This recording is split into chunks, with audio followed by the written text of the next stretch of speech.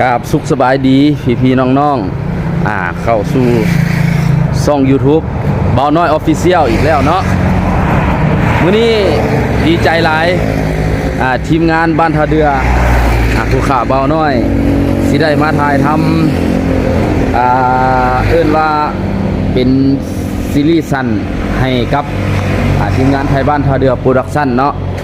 อยู่บริษัท CIT นี่เด้อทั้งบ้านห้วยหงทางลัดไปมีหยังทั้งหมอแม่เล็กหนองพญานี่ทางด้านหลังนี่เนาะทั้งบริษัท CIT เพิ่นเข้ามาในเลยแต่ว่าบ่ได้ให้เบิ่งป้ายเทื่อมันแงนขึ้นบ่ได้มันเหลื่อมบ่น้อยนี่สิเจ็บตาแน่ขออภัยน้ำพี่น้ำน้องเนาะสิให้มาเบิ่งบรรยากาศทางในนักแสดงเฮามาคบกันแล้วบ่ทั้งเฮาน่ะเพิ่นอยู่ผู้ดีคบกันเนาะนักแสดงเขามาคบกันแล้วเนาะ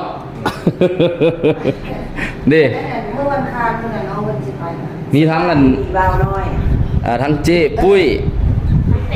น้องแต่งอ่อนทั้งเบาต้นคูณมือกล้องแล้วก็ทั้งเบาจันเป็นหัวหน้าใหญ่หัวหน้าบริษัท CIT เพิ่นแล้วก็เจ้ดาวได้คนต่างประเทศกันเนาะได้ไอ้น้อยหัวขวัญเวลาว่าเจ๊ดาวอยู่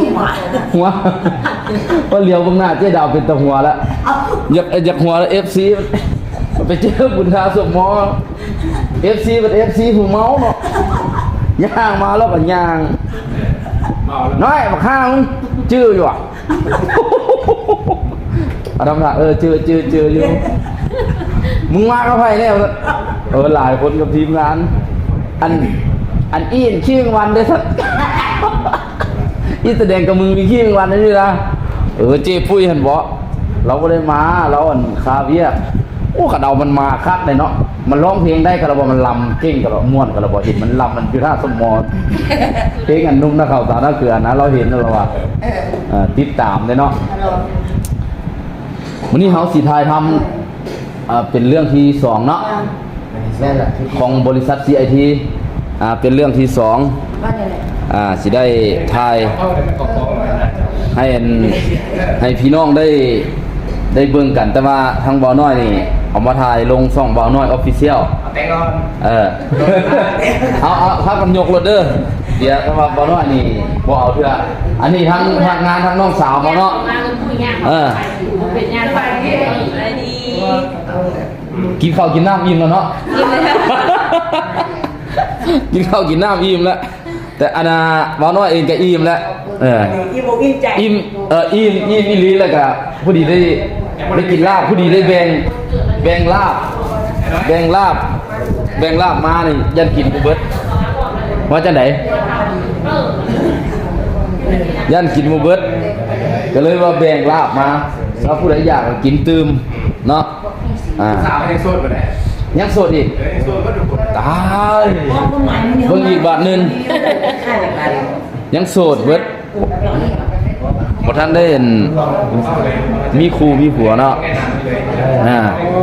CIT เป็นเอิ้นว่ามีกล้องวงจรมีอะลามไล่โจร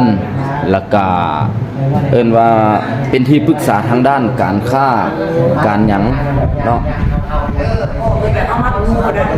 ว่าต้นคุณว่าไปเลยว่าไปเลย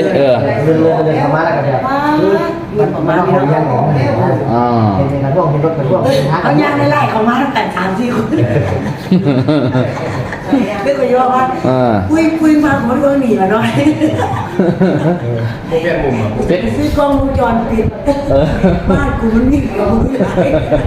บ้านเราเปลี่ยนสัญญาณหรอเกิดกูเสียกิน1 คืนกูเสียใจไหนโอ้เย็นดีแล้วคือกล้องวงจรปิดก็สิประมาณนี้นะกล้องวงจรปิดกล้องวงจรเปิดบ่ได้ถ่ายกล้องหลังให้เบิ่งถ่ายเป็นกล้องหน้าเนาะเพิ่นจะเป็นบริษัทที่ปรึกษาหลายๆด้านอันนี้ทีมงานเฮากินข้าวแล้วสิมาขอบคุณค่ะขอบคุณนะเมื่อคืนได้อยู่กันจนแจ้งกันบ่3 โมงเช้าว่าจกตากันแล้ววะ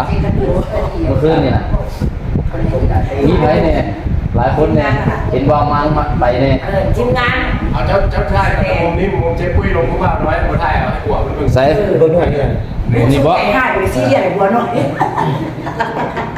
กูเอา เฮ็ดหน้ามืดตึ๊บตื่นแล้วอยากหายเนาะ อันนี้กำลังลงกูเบาอยู่ เอาจังไดก็ฝากน้ำพี่น้ำน้องเนาะทางช่องYouTube เบาน้อย Official เนาะเพราะว่าสิขออนุญาตปิดกล้องก่อนเพราะว่าสิเกียมเข้าถ่ายทำจากทางช่องใหญ่เฮาไทยบ้านท่าเรือโปรดักชั่นเนาะ NTK พวกเขาจะเริ่มถ่ายทำกันแล้วต้องขอขอบคุณขอบใจน้ำพี่น้ำน้องที่เขามาเบิ่งเนาะฝากกดติดตามกดไลค์กดแชร์ทางช่องเบาน้อย Official เนาะบ่ได้ลงคลิปหลายมื้อเพราะว่าติดงานลิ้นดนตรี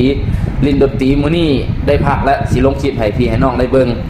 ผมขอบใจเด้อที่พี่น้องเข้ามาเบิ่งเนาะ